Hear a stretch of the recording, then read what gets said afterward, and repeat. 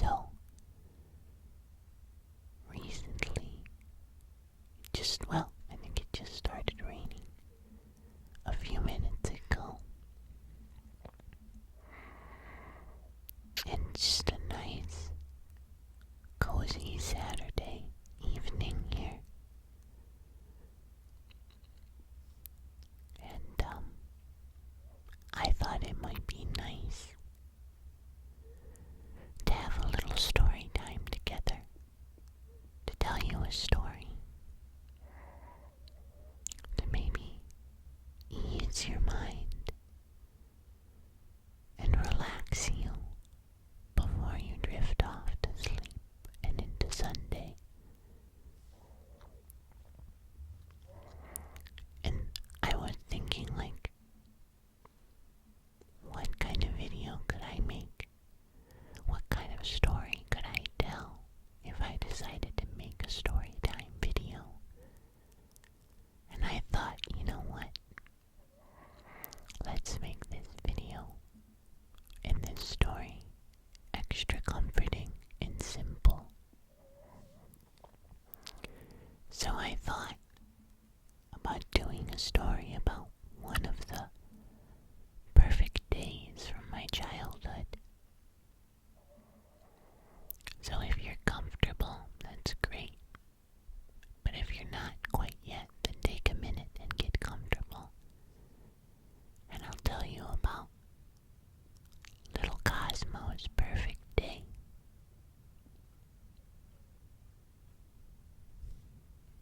Okay, now that we're all comfy, this story was, from when I was around 6 or 7. I remember that it was one of those perfect summer days in late June. Maybe it was early July, though. I can't say for certain. This was a long time ago.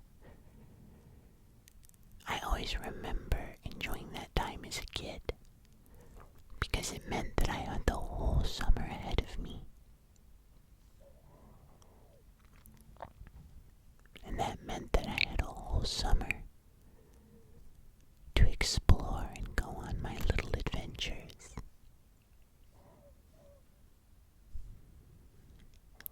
So, like I said, I was probably around 6 or 7.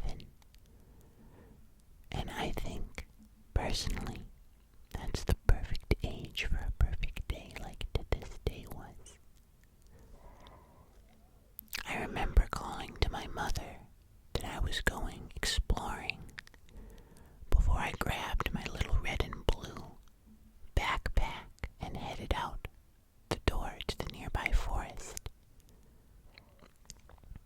My goal was to finally make it to the distant and unexplored area of the woods because I had seen it in the distance and noticed the trees looked different after a certain point.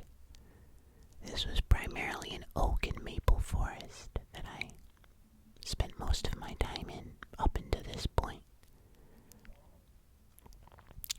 But being a kid, I was usually too afraid to venture past a certain area. So that day, I had made the decision that I was going to face my fears and venture into the unknown.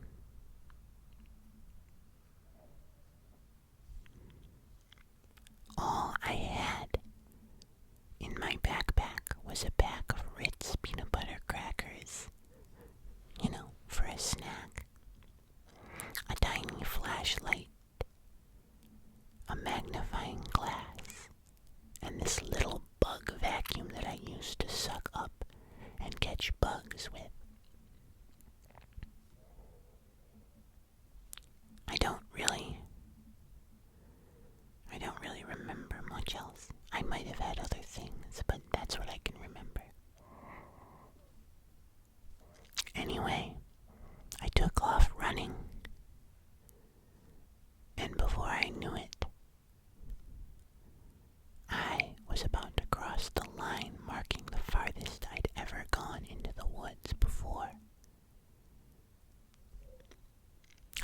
remember making a big deal of that.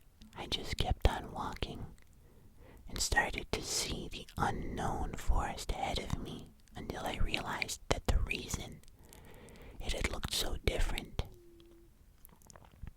was that it was a really old looking pine forest, which of course looks very different in comparison to an oak and maple forest. And the other strange thing I remember was that the pine trees were all in perfect rows or lines, like someone had planted them that way. I'm not sure for what purpose. I mean, it could have been for lumber, maybe. Yeah, probably something like that. But I remember walking through rows of old pine trees with the ground crunchy from all the needles beneath my feet. And also, the smell. The smell was amazing. Yeah, I've always been a fan of pine. So I walked around and began checking out my surroundings, and that's when I began seeing how many pine cones there were. Hundreds and hundreds of fairly large pine cones littered the ground. And I'm really not sure why this is a thing with kids, and maybe it's not all kids, but I decided that those pine cones were a valued commodity, especially the large ones, and started picking them up and throwing them in my backpack as I went.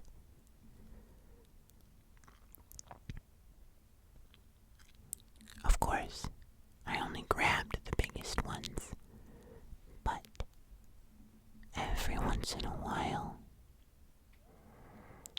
I would find one that wasn't particularly large, but had character, something that made it unique or special. So I would grab those as well. In between my pine cone acquisitions, I would also find the other thing I had gone out there to find. Bugs.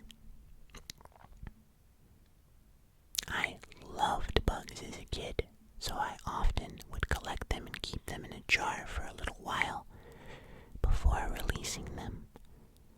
And I found, I don't really know, I don't remember, but quite the assortment, I think. The one I do recall was a large, shiny black beetle.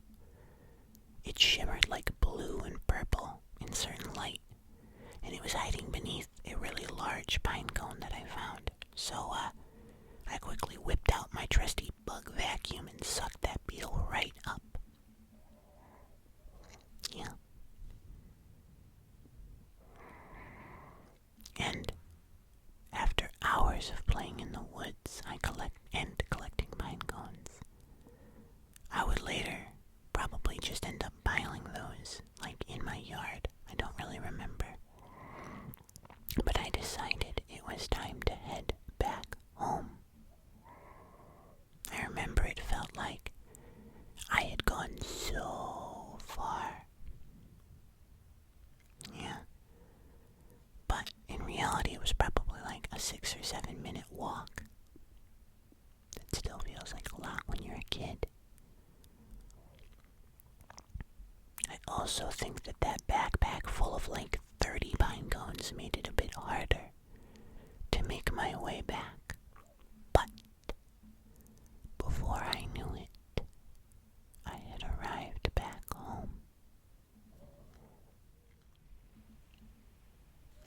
I dumped my backpack full of pine cones onto the ground next to my green turtle sandbox and grabbed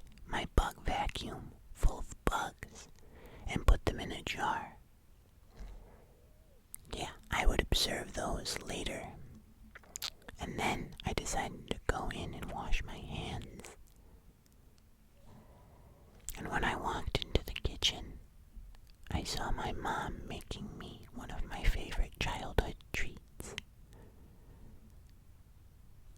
Cinnamon toast with sugar on top, and a tray of ants on a log. And I know what you're thinking. If you don't know what ants on a log are, they are known, well, they're like celery with peanut butter and raisins that make it look like they're little ants. Just little ants on a log of celery. And I loved those as a kid. I still do, but I don't eat them as much now. Anyway, I happily ate my lunch and got to tell my mom all about the forest I had discovered and would continue to visit for many years after.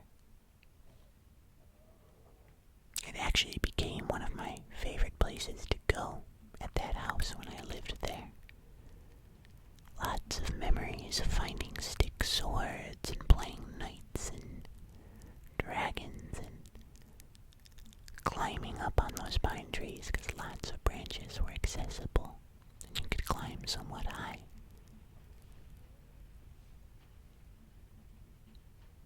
Sounds like it's raining. But so many adventures were had in that woods. I also remember that there was a house near that forest, and if you climbed the trees, you could see it if you got high enough. And I did that quite a bit. I would take my friends over there and we would pretend we were spies and we were spying on them. Which you shouldn't do, but we were goofy little kids at the time. But honestly, I can't remember too much else about that day. I just remember that all happening and how good I felt after that. I remember the whole day was wonderful. I probably went back outside and swang on the swing in my yard, stacked all the pine cones in like a weird nest, and kept them there for who knows how long. Then it would be 5 o'clock and my mom would have called me in, and I would have ran back inside.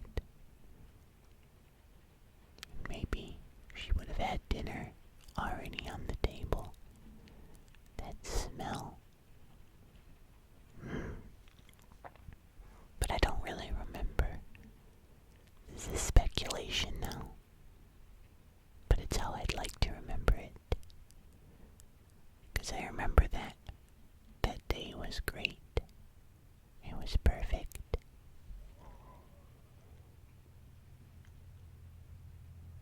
Yeah, I think that every once in a while, you'll just have one of those days, those perfect days, and you have to appreciate them and treasure them, especially as you get older and life becomes more complicated, because complications lead to days not being so perfect.